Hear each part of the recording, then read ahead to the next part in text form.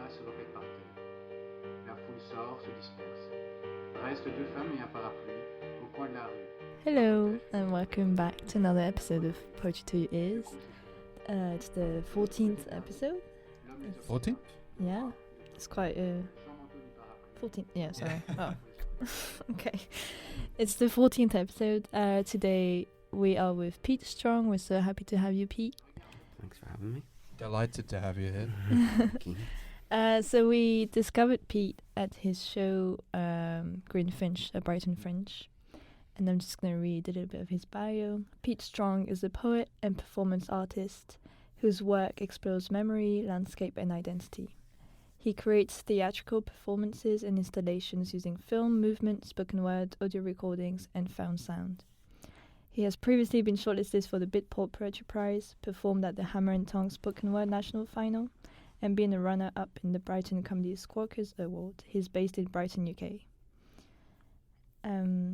So you have done your show Greenfinch, Brighton Fringe, and your show is about, in his next life, Pete wants to be a Greenfinch. An autobiographical piece of poetry and performance that explores how we make sense of memories in the past and how we can be shaped as people by the lands and hills we walk across. Performed at the Phoenix Art Space Brighton between the 13th and the 21st of May 2022. What date did we see? I don't know. A Saturday. I think it was the... Was it the last? It was the before last, I think. Second before, so the second before last. Yeah, so 20th? That would have been the Friday, I think. Yeah, Friday, 20th. Yeah, which yeah, I have it was on my probably... Was it the best? It was probably the best one. Oh. I think... Why do you think it was the best one? Because I lost a bit too much. The next one, I lost a bit too much control. I mean, we'll go into space. It was a very the whole thing was on a bit of a tightrope, like emotion-wise. Yeah. So there were a couple of times on the Friday where I almost lost control of it, and then the Sunday I did lose control of it, but then I sort of got it back. It didn't help on the Friday as well. A very good friend of mine, who's kind of a mentor to me, was in the front row, just like watching me with like glistening eyes, and I was just like, oh, I can't, you know. So, but you know, it was good. It was, after like a week of doing it, you didn't get so used to it. You lost touch with the. No, meaning. I mean, I sort of learned from doing it. I mean, I do want to do it again, and I've kind of from doing it 4 times now, I kind of know what I need to change and make it a bit more theatrical, I suppose, because I was kind of thinking of it in terms of a ritual to sort of close things off, but now I kind of want to make it into more of a theatrical thing. And you mentioned in your bio that you're a sometime comedian. Yes, yeah. So does that play into it a little bit? Well, yeah. So element? I was a stand-up for a long time. I still do a bit of stand-up. I'm actually doing some stand-up this evening, but the but it was always I do poems, sort of funny poems. I've always written poems, but then I wrote sort of silly poems that were funny. And when I started going to Hammer and Tongue a few years ago, I do a lot of funny poems. And then I sort of slowly moved away from that because there's a sort of tyranny to comedy because you have to get a laugh. People always say you have to get a laugh every 30 seconds. I don't think you do really, but there's that thing. So maybe dark comedy. Have to get it. And I find that I kind of like the idea of it of saying I'm not necessarily a comedian, I'm just do my thing. You can laugh, or you can cry, or you can be shocked, or it's maybe that's what being a poet is. Maybe. Yeah, exactly. Yeah, exactly. I mean, during your show Greenfinch, when we were there, it's you go from one part to another, and there's silence in the audience, right? Yeah, and you really take the time to savor the moment. You really pause, like you're not in a rush. Yeah, and it's some people could say it's awkward. Yeah. Right? But for you, it's kind of more meaningful, I suppose. Yeah. And that it's interesting. You contrast that with being a comedian needing to get a laugh all the time. It's very different. Yeah, because when I'm doing stand up, it's very difficult. If there's silence, it makes you instantly feel you know. But I'm getting better at it. I'm getting better at playing around with it and sort of having silence. But yeah, doing this show, for example, it was just very much, you know, it's meant to be taking you into my head, which is what the whole... Maybe being comfortable with having silence. Yeah, or uncomfortable. Yeah. Because it's uncomfortable in my head, so it's, you know. I mean, like any artist, it's kind of going like, hey, this is what it's like to be me, you know, sort of. Do you want to read a poem from the show? Yeah. Yes, I do. I will do. I could just feel the audience wondering what we're talking about. Yeah, what Greenfinch Wanting is. to enter their head. So, actually, there is one that I really want to What is it to be read. you? It is. I didn't do this for a long time. I actually wrote this originally a couple of years ago when I had just come out of. I'll explain the context afterwards. But this probably gives an idea of what the show is sort of, or what the performance was about. It's called Chances. Pompously, he announces, "I've been given a second chance." All those around him shake their heads. Chances come thick and fast, and he has squandered all of them, without exception. He has been given a 10th chance. Under beech trees, he says, "I know who I am now, I think." He does not realize that onions keep peeling, and then come tears, and then the stew that fills your belly begins with cutting. He has been given a 20th chance. There was once a time on London Road when a pigeon skipped before his bicycle, and he almost pitched off forward onto his drawn and pale fox face. I am sober now and did not die, he thinks, as he ignores his responsibilities. He has been given a 30th chance. Moving on, he knows he is lucky. He knows he has passed through the storm. When his fox face peers out from mirrors, it has the worn and hard eyes of a survivor whose blank selfishness has saved but isolated themselves from emotion. He has been given a 40th chance. Crying in the street, he catches a glimpse of his reflection, his own, his father's. How did it come to this, he asks. Phone rings like an oral lighthouse. He picks up, and a voice talks him through the mire. He carries his broken soul home. He has been given his last chance.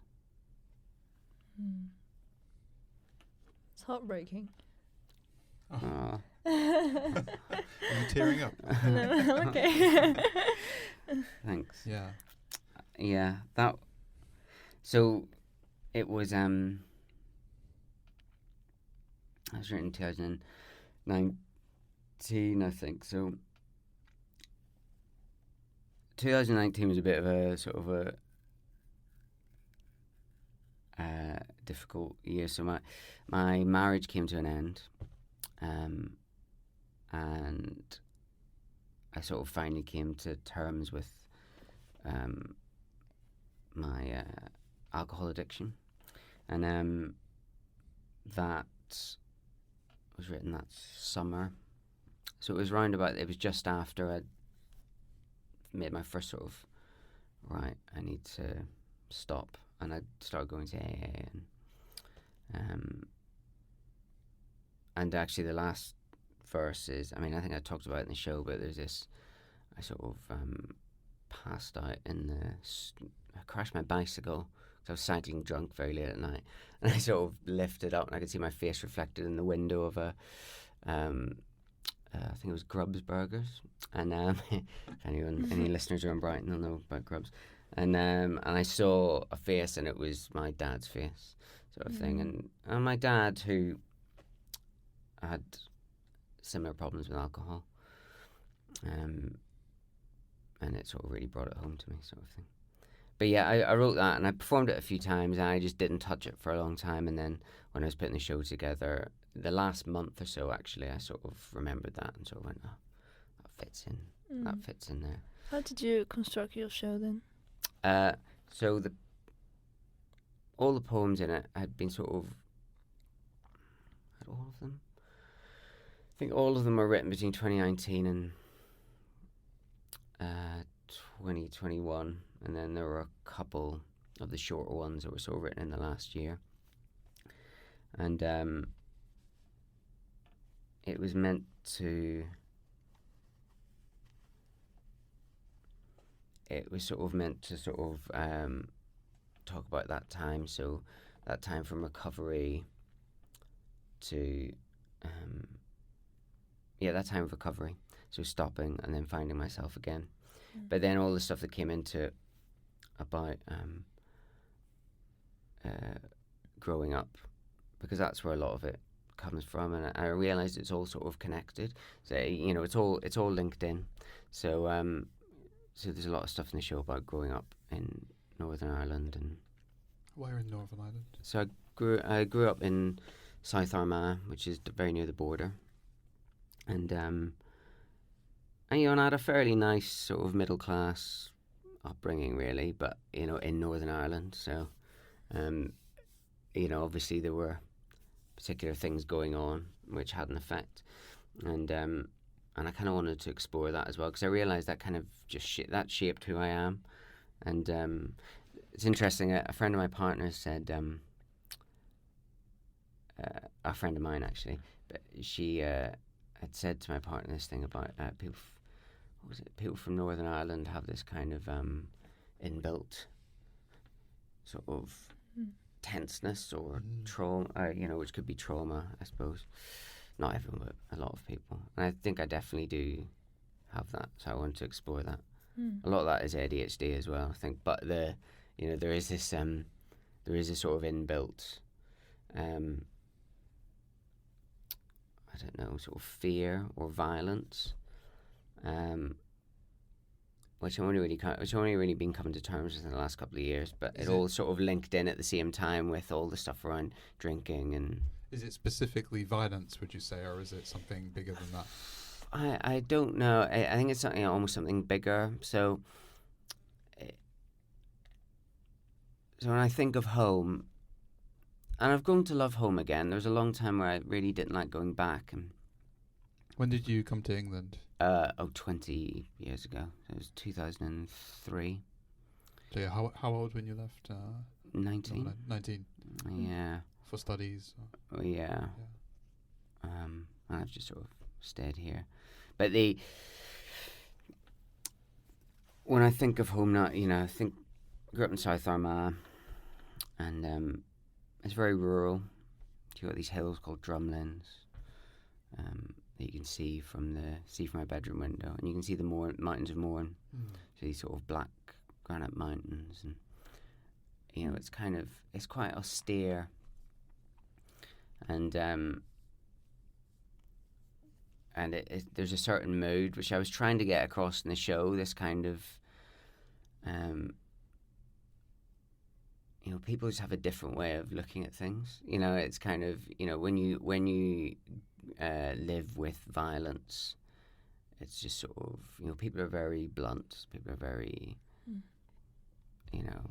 We pulled out a poem. Okay. That you put on Instagram. Oh, okay. I was born a country boy.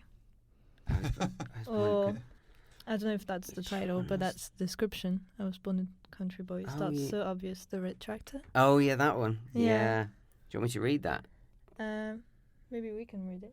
Oh, you want to read it? Éloïse linked to it as a country girl. Yeah. Go ahead. She likes to think of herself as a country girl. Usually we like to read at least one poem from other people. That's interesting you picked that one out, actually, because that is very much what I was talking about. Yeah, that's why I talked about it very now. Good. Yeah, very good. Good link.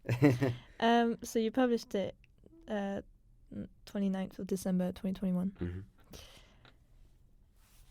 Is it called I Was Born a Country Boy? That's the title?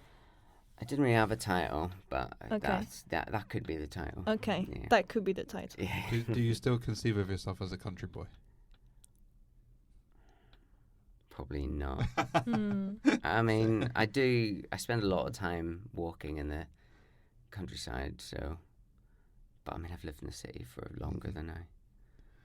Have I? 9 to 30. Yeah. Probably equal, half and half. So I have to ask, what possessed you to write that title then?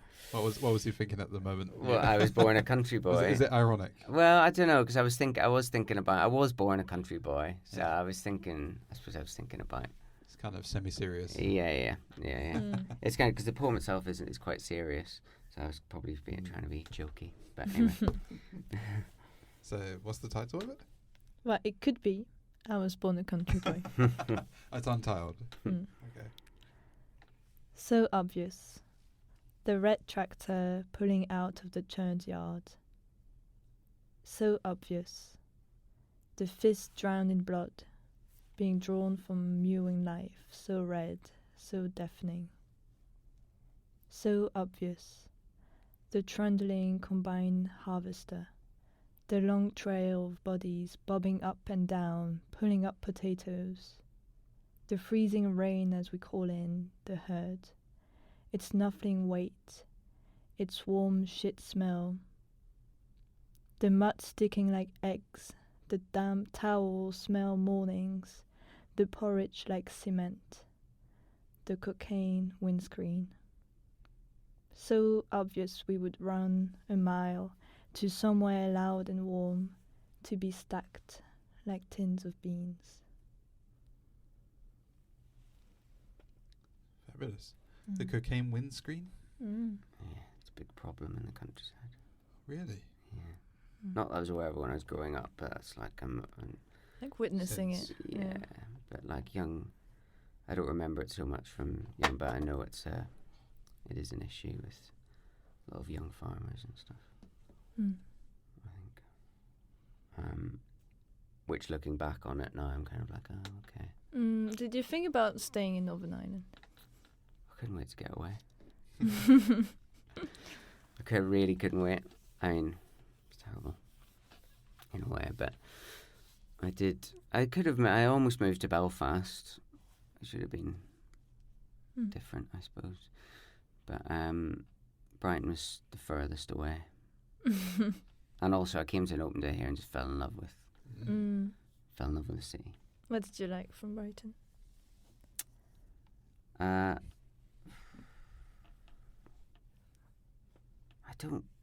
almost can't remember. It was like I suppose it was the freedom. I remember getting the train in, the sky was blue, and it was just this sort of sense of freedom. It was so much freer than at home. Just the atmosphere. So, with Greenfinch, something that I kind of picked out is there is kind of like an element of masculinity. It's inherent in the whole poem, right? There's something here about when you talk about going out for drinks and this kind of thing. You touch upon that in other parts of Greenfinch. Yeah. Where could you talk a little bit about that? Yeah. So there is, I suppose, this kind of in sort of drinking culture. This kind of sort of a male sort of one-upmanship, and also, I suppose in the context of Greenfinch, there is one particular poem I think which you might be referencing, which is about a party, and that was kind of about it's kind of about what causes as my way of trying to approach what causes that kind of toxic male behaviour, and it sort of all feeds into this kind of, it's just another thing that added on top, which just forces you into this sort of drinking, drug taking, and abusive sort of relationship with yourself.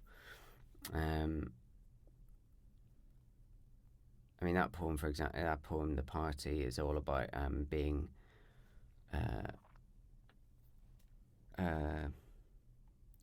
it's not it's sort of, there's elements of truth in it, but it's kind of a made up story. It's based on like being texted, someone asking you for help, and it's a girl that you know, the context is that you're going to go in and rescue them, but then the girl's just having a joke with friends or whatever, and then you're really embarrassed. And it's all about how that sort of toxic male pride and can lead to you having negative feelings towards women, for example, and sort of trying to investigate that, I think. And that poem, The Party, is quite a difficult one, I think. I mean, I've read it at spoken word nights before. People have really not liked it because they think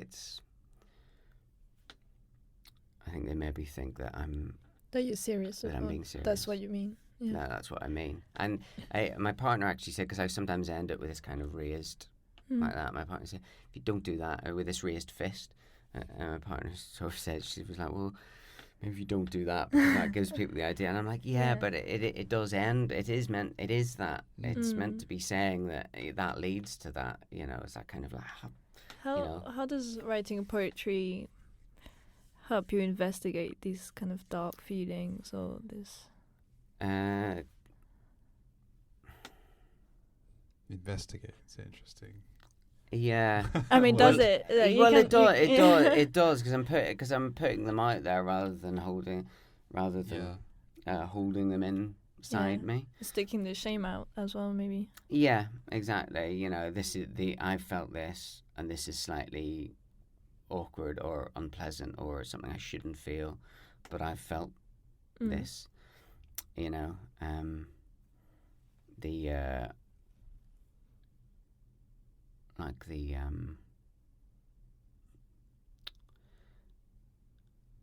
that sort of and that sort of helps. That sort of makes it better, I think. I mean, there is an interesting thing with about how you perform them. Like, you sort of have to sort of get into the grief of it a little bit and sort of remember what the you sort of go into the feeling of it, which is what I was talking earlier about control, and you sort of have to feel the emotion of it to sort of get it across, but you have to sort of keep it very under control because you can always sort of lose a handle on it. I mean, there were a couple of times in the last couple of shows in the run, there were a couple of times where I almost just broke down on stage because it was just really, particularly when I was the poem I read at the start of this, which I wasn't expecting, but both nights there was like I was reading that just like, oh, okay. Because I could remember specifically how I felt at that time, that like, oh, I'm on my last chance and I'm going to die here. This is, which I wasn't expecting. And it was just like, really. Yeah.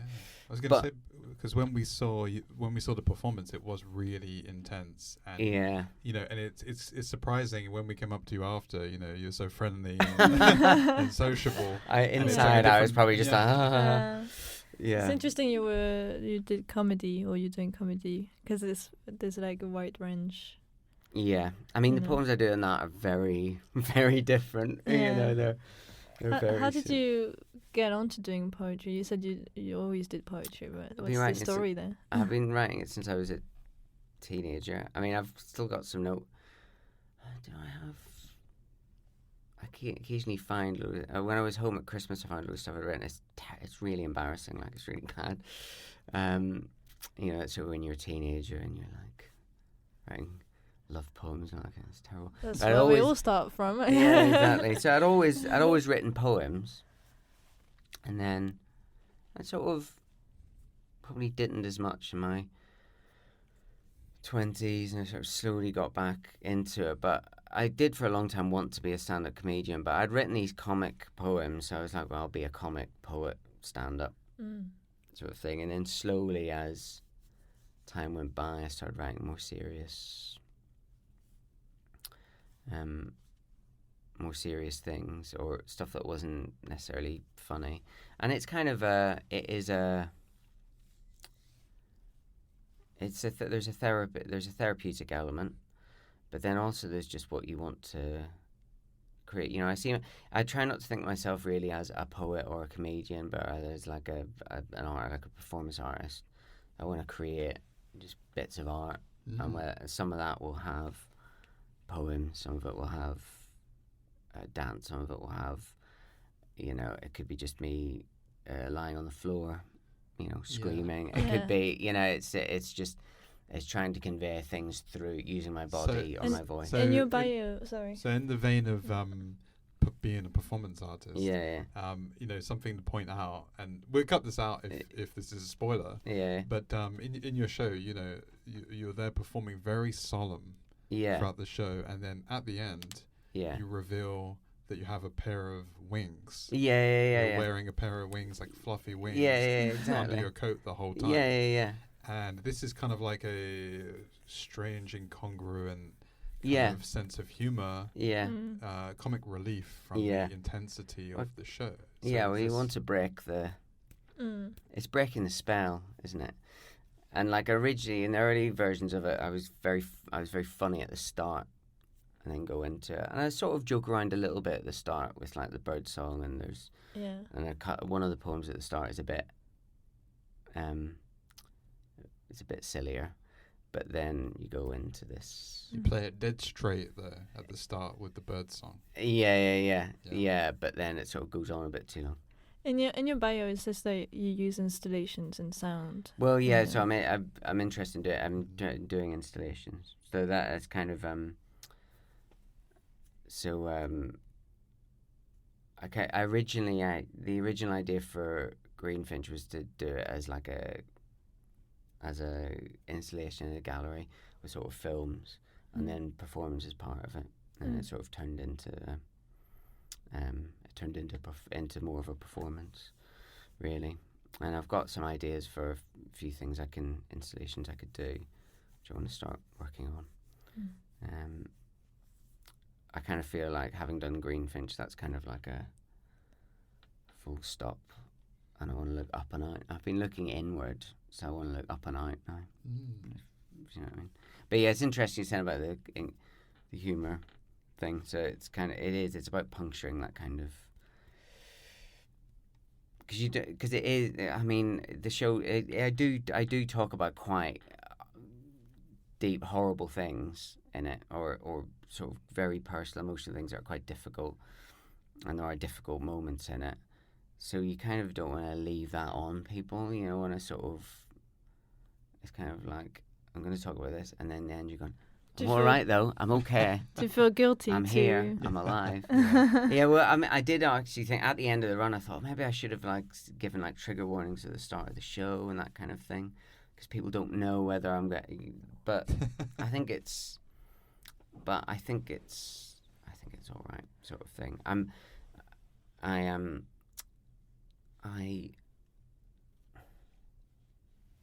I do worry that the show was a bit too just. It's all very much from the I voice, and I have a bit of an issue with the I voice.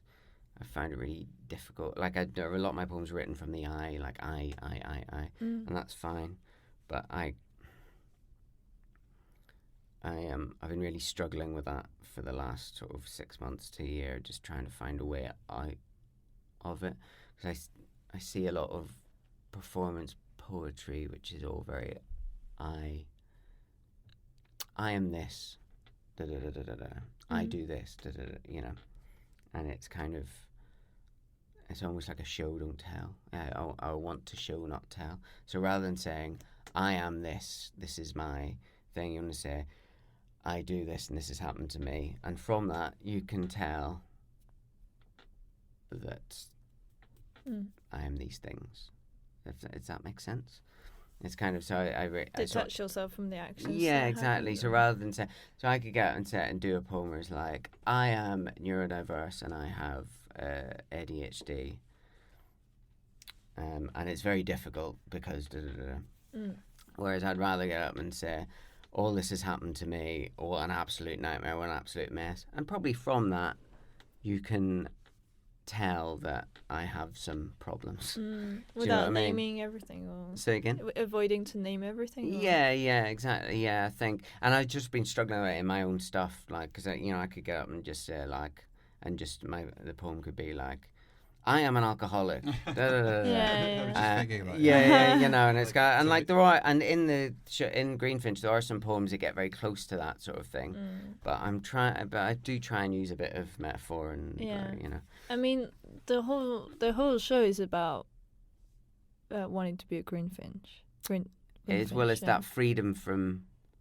It's about freedom, really. It's about freedom from.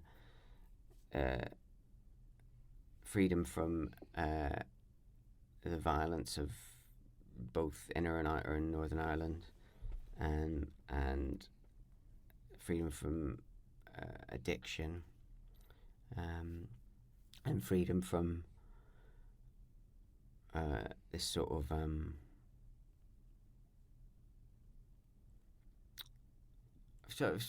stuff to do with my mind, really, which is probably to do with like. I mean, I've sort of fairly recently been diagnosed with ADHD, and I'm realizing that is that adds another lens. It's added a whole, and it explains a whole lot of things. It explains a whole lot of issues that I have. So I suppose anyway, it's freedom to just trying to live freely and without having those things hanging over you. Yeah. Why the Greenfinch? See? Why the Greenfinch? It's my favorite bird. It's my favorite bird. Used to see them in my garden. Used to watch them every day. And I. Is that a homecoming in a way? Say again? Is that a homecoming? A homecoming? Yeah.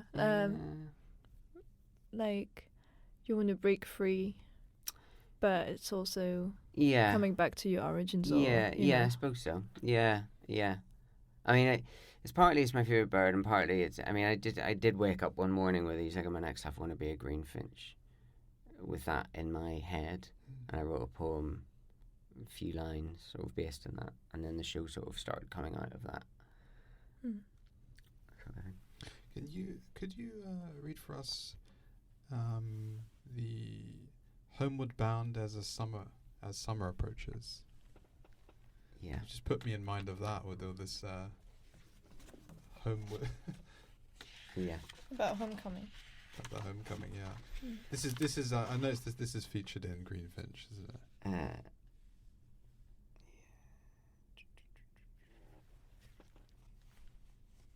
Trying to remember which one that is. Is that the Sutherland Road? Yeah. Yeah. That's the one. Got you.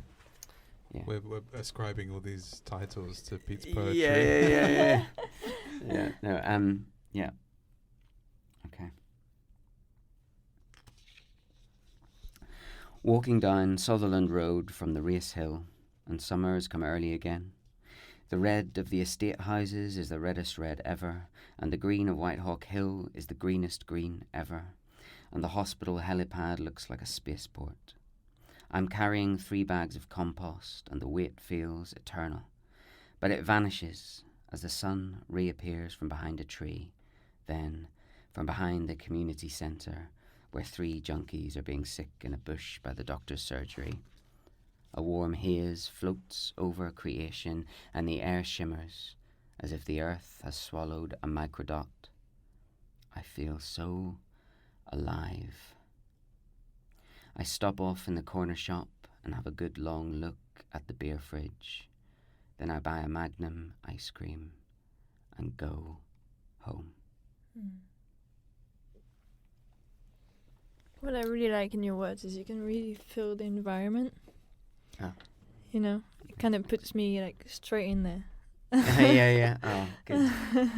Yeah, thanks. It's that is verbatim a thing that happened, I suppose, which I shouldn't really say really. but it's very close to my house, and like Race Hill is. Do you know that bit of Brighton at all? So Race Hill is where the race course is, and then Sutherland Road goes down into Kemp Town, and there's a garden centre, so it's back. We're in Seven Dials. Ah, okay. And the you can all trace us now. So the and it was just about it's about putting aside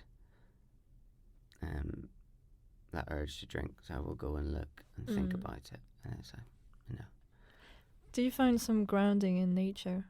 Yeah, I really do. I spent a lot of time walking in the Sussex Downs, I spend a lot of time walking. I like walking, and that's kind of how one of the things that helped me recover from addiction. If you want to have a drink, go for a walk. It's just do something else. So so I walk like 20, 30 miles across. That's what I did with cigarettes. Yeah. Needed a cigarette, go for a run. Yeah, exactly. Yeah. I do a lot. I do a lot of running as well, and that's a good way to deal with cravings. But but I love the Downs, and that's kind of that is the thing in Greenfinch. This sort of the contrast between the landscape at home and the landscape in Sussex, because it is very different. And the sort of the switch between, because in the clay is different, the earth's different. It's chalk in Sussex, which is softer, and the moorings in Northern Ireland are black granite, which is a bit harder. So there's that kind of moving to a softer world, I suppose. That's a strong metaphor. I like this line, a warm haze floats over creation and the air shimmers. What do you mean by creation in that? Just everything. Everything. Kind of a God's eye. Yeah. Yeah, I think so. It did feel like, and as if the earth had swallowed a microdot, it did feel as a moment of, I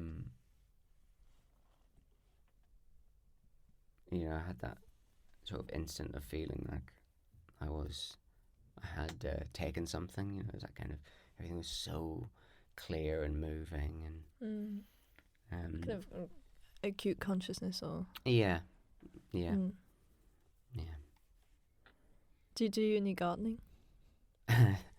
No. Because it talks about gardening. He's got 3 bags of compost. Yeah, actually, I'm very. What are you doing with the compost? I was delivering it to the house where my girlfriend's much better gardener than me.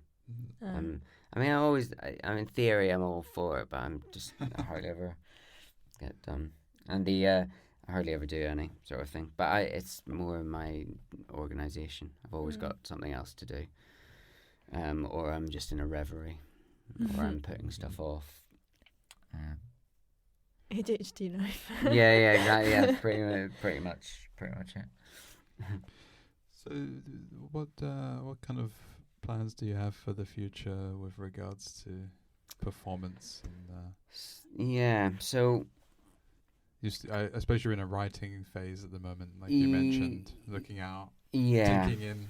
Yeah, maybe not even writing. Huh? So I do want to do this again. The exact same show.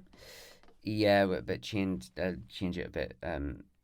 So I kind of want to try and take it to some other festivals next year. Yeah, but sort of a bit different, more theatrical, I suppose. Is there a recorded version of the? Yeah, so that's another thing I was thinking of doing, like an audio version, with some music.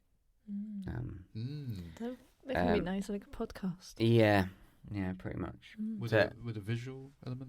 Yeah, I mean, it could be.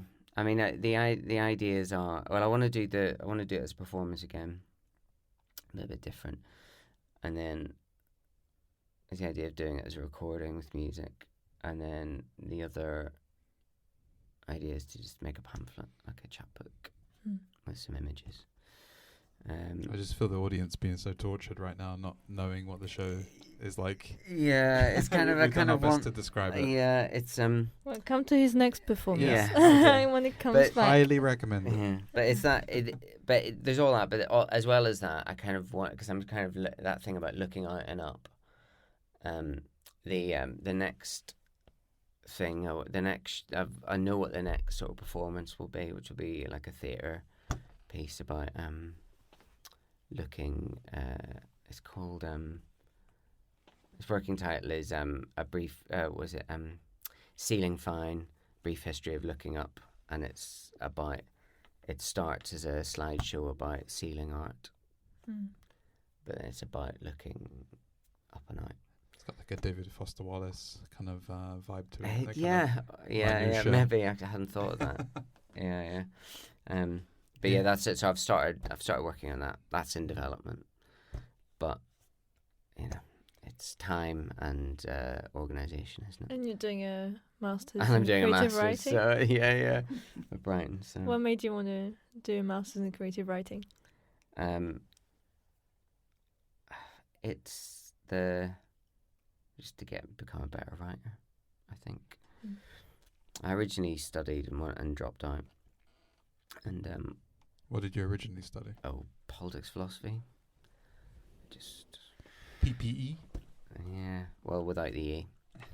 And I was I originally did it when I came over to study it when I was 19, thinking I'll do that and then maybe go to drama school and that kind of. But I just shouldn't have. I should have just studied what I wanted, what I was interested in. So I dropped out, and I've been meaning to go back for years. And then I was going to do an undergrad degree here at Sussex, and then when I found out I could do the masters. You got some kind of equivalence then. Yeah, exactly. That's So I've got experience as an artist and as a writer. So I got accepted onto that. So are you going to expand to short stories and novels, like prose? See, I'm kind of interested in writing for installations and writing for art pieces. But I have written a few short stories, and some of the poems could almost become short stories. I'm a big fan of Raymond Carver, and that's great, yeah. And a lot of his poems. He wrote poems and short stories. A lot of his poems are almost short stories. Where I'm calling from. Yeah. Of short stories. Yeah. He's the play they perform in Birdman. You know Birdman, the movie. Oh, with where Michael they're Keaton. doing the Michael Keaton. Yeah. He's putting on a play. The whole movie's about him putting on a Raymond Carver play. I where he shoots himself. And Got it. Yeah, it's My memory is reactivated. Is that ensuite? But yeah, that could be a. I do like. I only discovered Raymond Carver really in the last year, which is mad, really. But what is it you think you connected to about his work? I think feel like there's a similar. I don't know. I probably sympathise now because he was an alcoholic. So there's that kind of instantly got drawn to that, and he sort of writes in a way to sort of recover, I think. And there's a simplicity to the way he writes. I like poems I like poets who are quite where there's a simplicity to it. There's kind of like this thing of like tension bubbling below the surface, always threatening to erupt into violence. That's one of his themes as well. Yeah, absolutely. Yeah, because he writes about these communities in rural Pacific Northwest where there's a lot of drink and violence and violence between men and women, like at home, but it's all sort of happen. Yeah, like you say, it's happening off the page somewhere, and there's a very mundane conversation happening on the page, but under that you can tell, and under that conversation all that's happening. But I'm a big fan of him. Actually.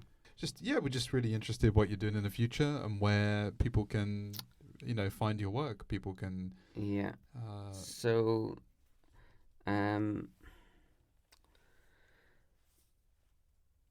So I'm gonna put a pamphlet together at Greenfinch, I think, but at the moment there's not really anything you can buy, but which is a bit of an oversight, really. I kind of wanted to get them together for the show so I could hand them out or as part of the ticket, whatever. But so I'll do that in the next few months, and I will be doing Greenfinch again in the autumn at some point. Just a quick question: how did you get involved with the Brighton Fringe? Like, for example, how did you register as an artist? Or I have done the Fringe for 10, 15 years with comedy first, or either I was in plays, and then I was in an improv group for 15 years, for like 10 years. So you did acting too, then? Yeah, I wanted to be an Kinda actor. hit that. I wanted to be an actor. Okay. And that never really happened. But I mean, the last play I did was about 10 years ago, 9 years ago, 8 years ago. But so I was doing that, and then I did stand up. When I was doing stand up, I'd go through the Free Fringe. If you were going to give advice to someone who wanted to be a part of Fringe, what do they need to do to get their show ready or registered to be part of it? I don't really feel like I can give good advice because I'm amazed I get anything done. I've got a very understanding and helpful partner who will prod me and have you done that yet? You know, not in a good way, you know, sort of like what's the process for signing up? Like, is there like a threshold for? You know, it's open. It's open. Well, Brighton Fringe is open access, so anyone can do it. So you can just find a venue you want. Right. Find a venue you want that's operating as a Fringe venue, and but I suppose one thing I would say is to research your venue, which I didn't do quite enough of this year. I really enjoyed doing it there, and I was interested in doing it in somewhere that's used as a gallery. Why is that? Well, because the original idea was more of an installation, and then I sort of it's moved in a different direction. But you know, but one thing I didn't factor in was, you know, it's a working space, and it was quite noisy. So I had a few issues during the run with noise in the building, which you know, it's just one of those things you just have to sort of roll with. But I suppose my bit of advice from this year would be to anyone is like research, you know, try and think of everything with the venue. Try and think of everything with the everything else with the venue is fine. How much in advance do you have to? So you start applying in the autumn, I suppose. I mean, I think the deadline's end of January, but I think to get a good space and dates beforehand. I mean, you can do the Free Fringe. You can do comedy and spoken word through the Free Fringe. And I've done the Free Fringe for years. I did a very early version of Greenfinch in the Free Festival last year, at the Quadrant in 2021. And with them you sort of have to get in sort of October time, really. Otherwise, everything goes by November. And that's probably the easiest way to do it because it's really cheap. It's free. You know, I mean, you have to pay for the Fringe registration fees. So if you're doing 4 shows, it's like 130 quid. But then you only have to pay like a tenner a night for the Free Fringe. So that's probably a good way to go. And then it just gets more and more expensive. I suppose there are different venues you go to. But it's planning ahead, I suppose. So I would start thinking about it now, and then maybe aim to sort of apply by October. So, what's the main place people can view your stuff? At the minute, probably. I know you're quite big on Twitter. Big on Twitter. I don't know how to use it. Relative to me. I hate social media. I cannot stand it. I think social media, in a way, I think the internet should be stopped. Like I mean, I know there's a lot of good things that have come from it, but I almost think the internet should be put back in the box and like. That's quite a strong statement. Yeah. Put back in the box it came in. A lot of things that are wrong in the world can. So follow you on Instagram and Twitter, but not too much. Well, this is the thing. It's like so. I do have Instagram and Twitter, and I've got a Facebook page, but. Well, you got to be really active in publishing your own stuff. Yeah, exactly. And I just don't. Go straight to the source, I kind of want people to just. This is why I want to put on more performances because it's kind of. I want people to like see it in the. Do you want that in person? I want that in interaction. person. So you're not much for like published collections and things like I mean, this, I would like to be, and I mean, I've got a thing. You know, I've had stuff in magazines before. I've got something in a magazine next month actually, which is the first time in a long time. But and I kind of do want to sort of make some do a pamphlet and that kind of thing. But I kind of for now, if you want to see my poems, there's probably some stuff on Instagram. Instagram's probably the best place to see it. Probably not as much now, because I'm sort of always slightly reluctant to put things up out of context. I'm excited for the idea of a audio performance. Yeah, I really spoken want word. I really want to. I'm really excited about it. I'm surprised there's not more of that actually. Yeah. Like spoken word podcast or spoken word. Yeah. Like channels. Albums. Yeah, that would be so nice. Well, I had an idea to do that, and then to do like a recording of like a live performance, which is more of a comic, like a sort of a. I've got a lot of poems that don't fit into this that are a lot more sort of loose and sort of like stand-up poetry sort of thing. And the idea of recording that and then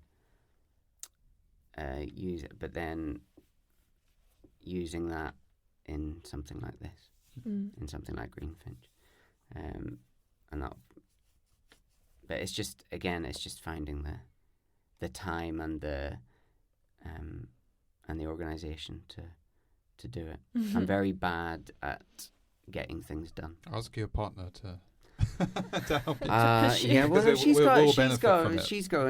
a talented sort of actor and poet herself. She's got her own things going on. Nice. So it's What's like her name? Leah Burge. Leah Burge. Yeah. So she's got her own stuff going on. So I can't rely on her to constantly. I mean, she really helped me. She made the wings. She made the little wings. Nice. And the big wings were her and my family. I got round Sunday afternoon. I was sort of like, my nephew, who's 5, and I was like, oh, should we do arts and crafts? Got my family to make my props. And so, it's been an absolute delight to have you here. Thank you for obliging us. Thank you so much. It was great. Really appreciate it. We really look forward to seeing what you do next. More of your work, yes. Thank you very much. Hope that motivates you. I'm sure we'll keep our audience posted. Yeah. Till next time.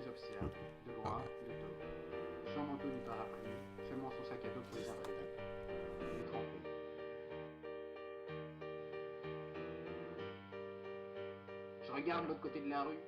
Mon regard est accroché par 2 femmes qui discutent sous la pluie. Et je dois être excité. Oui, mais il faut le dissimuler. Je dois attendre qu'elles se séparent.